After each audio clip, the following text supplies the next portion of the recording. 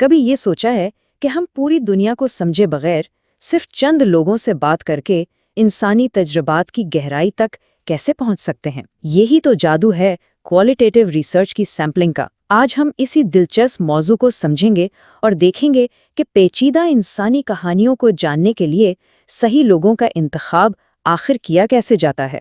اس کو ایسے سمجھے، ہم ایک بہت ہی گھنے جنگل کے بارے میں صرف چند احتیاط سے چنے ہوئے درختوں کو دیکھ کر کیسے جان سکتے ہیں؟ ہر درخت کی اپنی کہانی ہوتی ہے، بالکل انسانوں کی طرح۔ یہی تو کوالٹیٹیو سیمپلنگ کا کمال ہے۔ یہ ہمیں سکھاتا ہے کہ کیسے چند منتخب کہانیوں سے ایک پوری کمیونٹی کے تجربات کو سمجھا جا سکتا ہے۔ تو چلیں اپنے سفر کا آغاز کرتے ہیں۔ سب سے پہلے ہم سمجھیں گے کہ بھائی یہ سیمپلنگ ہے کیا چیز، پھر دیکھیں گے کہ کوالٹیٹیو ریسرچ میں یہ اتنی خاص کیوں ہے، اور آخر میں ہم ایک محقق یعنی ریسرچر کا ٹول باکس کھول کر دیکھیں گے کہ اس میں کون کون سے کارآمد اوزار موجود ہیں۔ چلیں جی، بالکل بنیادی بات سے شروع کرتے ہیں۔ جب ہم سیمپلنگ کا لفظ سنتے ہیں تو اصل میں اس کا مطلب کیا ہوتا ہے؟ یہ صرف ایک ٹیکنیکل لفظ سے کہیں زیادہ ہے۔ بالکل سیدھے الفاظ میں سیمپلنگ کا مطلب ہے ایک بڑی آبادی میں سے ایک چھوٹا سا گروہ چن لینا۔ اس چھوٹے گروہ کو ہم سیمپل کہتے ہیں، اور اس کا مطالعہ کر کے ہم پوری آبادی کے بارے میں اہم باتیں جان سکتے ہیں۔ یہ ایک طرح سے حصے کے ذریعے پورے کو سمجھنے کا ایک بہت ہی طاقتور طریقہ ہے۔ ذرا سوچیں، اگر ایک یونیورسٹی کے تمام طلباء کی رائے جاننی ہو تو کیا ہر ایک سے بات کرنا ممکن ہے؟ شاید نہیں۔ اس کے بجائے کیا کیا جائے گا؟ چند طلباء کا ایک گروہ منتخب کر لیا جائے گا اور ان کے تجربات سے پوری یونیورسٹی کا اندازہ لگایا جائے گا۔ بس یہی ہے سیمپلنگ کا بنیادی اصول، ایک حصے کو سمجھ کر پورے کی تصویر بنانا۔ لیکن یہاں ایک بہت اہم نکتہ ہے۔ کیا ہر قسم کی سیمپلنگ کا مقصد ایک ہی ہوتا ہے؟ جی نہیں، بالکل نہیں۔ جب بات کوالٹیٹیو ریسرچ کی ہونا تو کھیل کے اصول ہی بدل جاتے ہیں۔ یہاں مقصد کچھ اور ہوتا ہے، اور فرق بہت بڑا ہے۔ عام سیمپلنگ سمجھیں ایک وسیع جال پھینکنے کی طرح ہے۔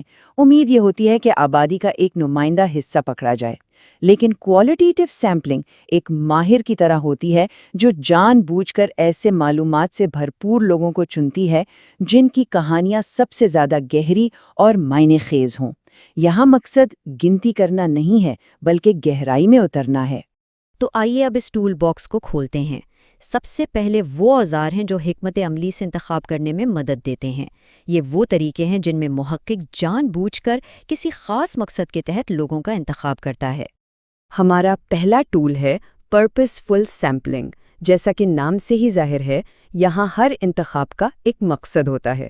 محقق جان بوجھ کر ایسے لوگوں کو چنتا ہے جن کے پاس وہ خاص تجربہ ہو جس کا مطالعہ کیا جا رہا ہے۔ یہ بالکل ایک باغبان کی طرح ہے جو سب سے پکے ہوئے پھل خود ہاتھ سے چنتا ہے۔ مثال کے طور پر، اگر کوئی کینسر سے بچ جانے والوں پر تحقیق کر رہا ہے تو وہ جان بوجھ کر ایسے لوگوں کو منتخب کرے گا جنہیں مختلف قسم کے کینسر ہوئے ہوں، جنہوں نے مختلف علاج کروائے ہوں اور جو مختلف سماجی پس منظر سے ہو۔ مقصد کیا ہے؟ مقصد یہ ہے کہ ہر ممکنہ زاویے سے کہانی کو سمجھا جا سکے۔ ہمارا اگلا ٹول کرائٹیرین سیمپلنگ اس سے بھی ایک قدم آگے ہے۔ یہاں محقق ایک بہت ہی مخصوص فہرست بناتا ہے اور صرف ان لوگوں کو شامل کرتا ہے جو ہر شرط پر پورا اترتے ہوں۔ یہ بالکل کسی خاص کلب کی ویلوٹ رسی کی طرح ہے، اندر صرف وہی آ سکتا ہے جس کا نام لسٹ میں ہے۔ اب ہم ٹول باکس کے اس حصے کی طرف آتے ہیں جو کچھ خاص چیلنجز کے لیے ہے۔ کیا ہو اگر جن لوگوں کا مطالعہ کرنا ہے ان تک پہنچنا ہی بہت مشکل ہو؟ ان طریقوں سے یہ ممکن ہو جاتا ہے۔ اب آتا ہے سنو بال سیمپلنگ، جو واقعی ایک بڑا ہوشیار طریقہ ہے۔ اس میں صرف چند لوگوں سے شروع کیا جاتا ہے اور پھر ان سے کہا جاتا ہے کہ وہ اپنے جاننے والوں کا بتائیں۔ دیکھتے ہی دیکھتے ایک چھوٹا سا برف کا گولا ایک بڑی زنجیر میں بدل جاتا ہے۔ یہ ان پوشیدہ کمیونٹیز تک پہنچنے کے لیے بہترین ہے جنہیں ڈھونڈنا تقریباً ناممکن ہوتا ہے۔ اس عمل کو ان اقدامات سے سمجھتے ہیں۔ پہلا قدم، چند ابتدائی شرکاء کو تلاش کریں اور ان کا انٹرویو کریں، جیسے کہ غیر قانونی منشیات استعمال کرنے والے۔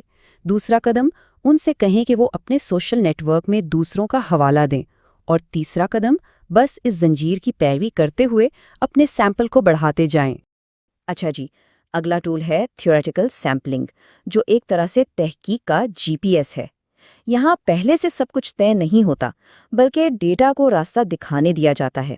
جیسے جیسے انٹرویوز ہوتے ہیں اور نئے موضوعات سامنے آتے ہیں، انہی موضوعات کی بنیاد پر اگلے شرکاء کا انتخاب کیا جاتا ہے تاکہ ایک نیا نظریہ بنایا جا سکے۔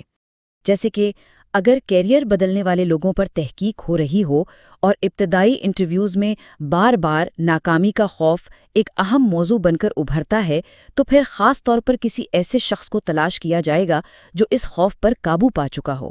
یہ طریقہ تحقیق کو بہت لچکدار اور گہرا بنا دیتا ہے۔ اب ہم اپنے ٹول باکس کے آخری اور سب سے سیدھے سادے ٹول پر آتے ہیں، اور اس کے بعد بات کریں گے سب سے اہم اصول پر کہ صحیح ٹول کا انتخاب آخر کیا کیسے جائے۔ ہمارا آخری ٹول ہے کنوینئنس سیمپلنگ، یعنی آسانی کی بنیاد پر انتخاب کرنا۔ اس میں محقق ان لوگوں سے بات کرتا ہے جو سب سے قریب اور آسانی سے دستیاب ہوں۔ یہ تیز اور آسان تو ہے، لیکن اس میں ایک خطرہ بھی ہے۔ ہو سکتا ہے کہ سیمپل متعصب ہو، کیونکہ انہیں تحقیق کے لیے بہترین ہونے کی وجہ سے نہیں بلکہ آسانی کی وجہ سے چنا گیا ہے۔ اس کی ایک واضح مثال یہ ہے کہ موبائل بینکنگ ایپس کا مطالعہ کرنے کے لیے ایک محقق فوری اور قابل رسائی سیمپل کے لیے کسی کافی شاپ میں لوگوں سے رابطہ کر سکتا ہے۔ تو ان تمام ٹولز کے بعد سب سے اہم اور سنہرا اصول کیا ہے؟ 3 باتیں یاد رکھیں۔ پہلی، ہر طریقے کے اپنے فائدے اور نقصانات ہیں۔ دوسری، کون سا طریقہ استعمال کرنا ہے، اس کا انحصار صرف اور صرف تحقیقی سوال پر ہے۔ اور تیسری، مقصد ہمیشہ گہری اور بھرپور سمجھ حاصل کرنا ہے۔ یاد رہے، کوئی ایک بہترین طریقہ نہیں ہوتا، صرف کام کے لیے صحیح ٹول ہوتا ہے۔ اور یہ بات ماہرین بھی کہتے ہیں۔ جیسا کہ اس اقتباس میں واضح ہے، محققین کو ہمیشہ اپنے تحقیقی سوال، مقاصد اور آبادی کی خصوصیات کو مد نظر رکھتے ہوئے احتیاط سے صحیح طریقہ منتخب کرنا چاہیے۔